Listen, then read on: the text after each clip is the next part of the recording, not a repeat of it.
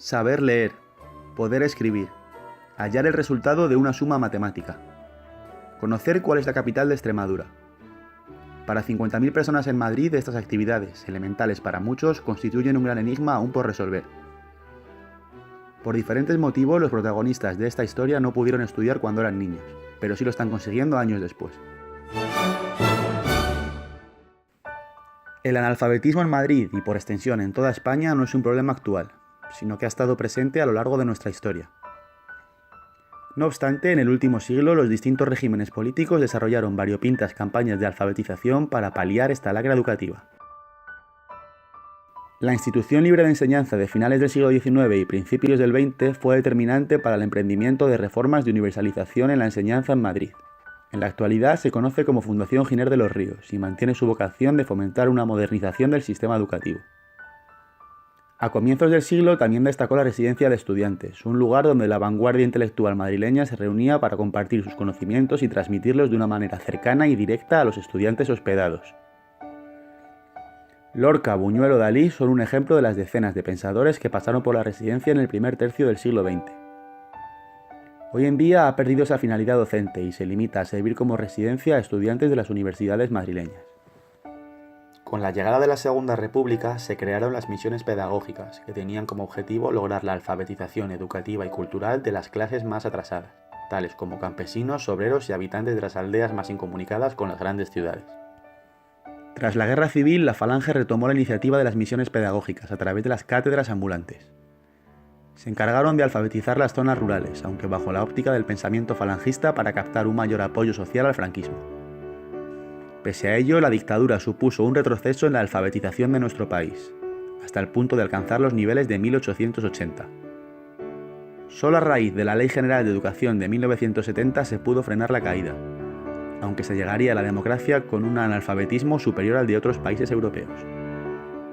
Primero pensó que podía comprarle una pulsera con sus ahorros de Navidad.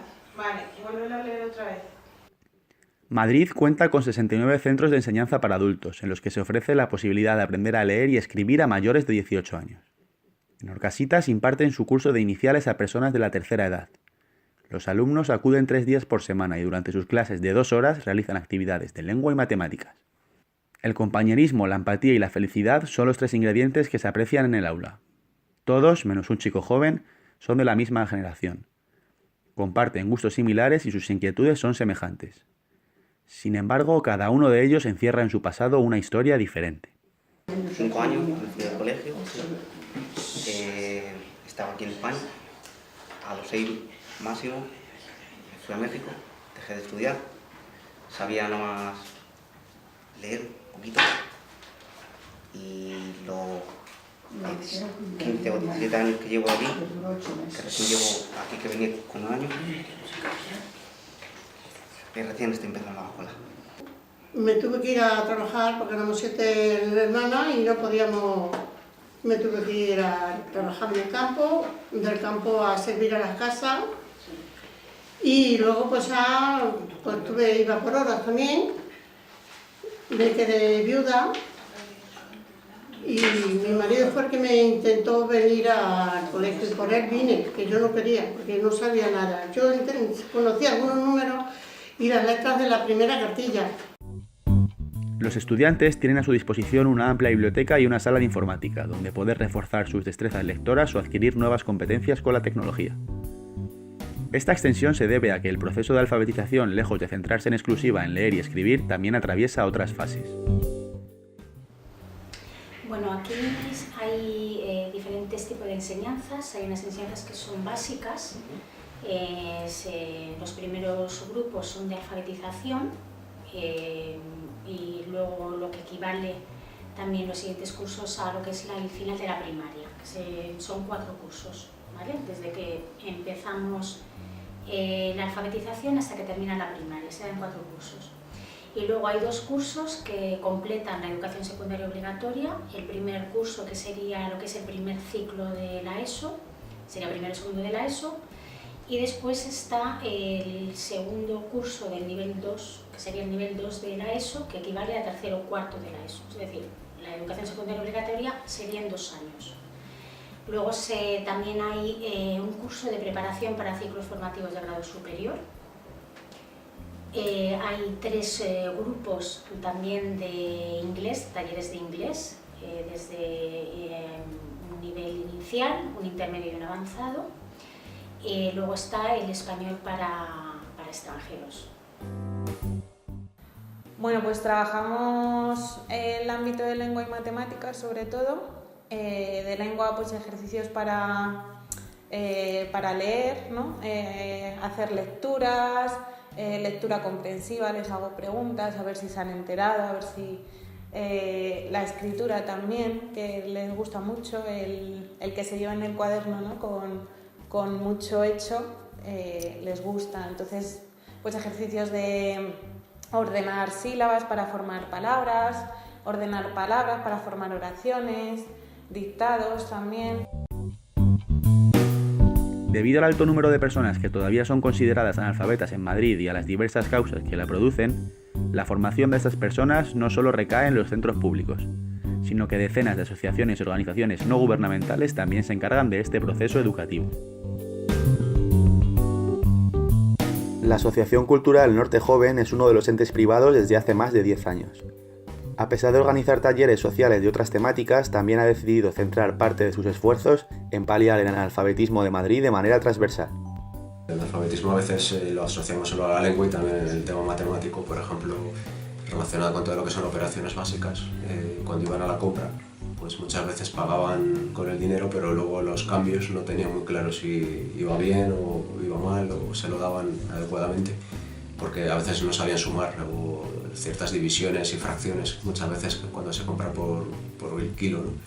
Claro, si es un kilo entero, pues sabes el precio, pero si es medio kilo, pues ya tenían que calcular las divisiones y demás y sí que mostraban problemas. Disponen de 4 sedes en toda la Comunidad de Madrid, pero donde han consolidado sus tareas contra el analfabetismo ha sido en Vallecas, un barrio donde la llegada de inmigrantes sin papeles, los problemas de drogadicción y el abandono escolar temprano ocasionan que muchas personas no lleguen a saber expresarse correctamente por escrito. Cuando llegaba aquí casi no hablaba bien, pero ahora me defiendo bien, entiendo todo bien la clase. Si algo que no entiendo, pregunta al profe y me explica bien, entiendo. Porque aquí, por ejemplo, para tú hablar con las demás personas tienes que entender lo que te dice.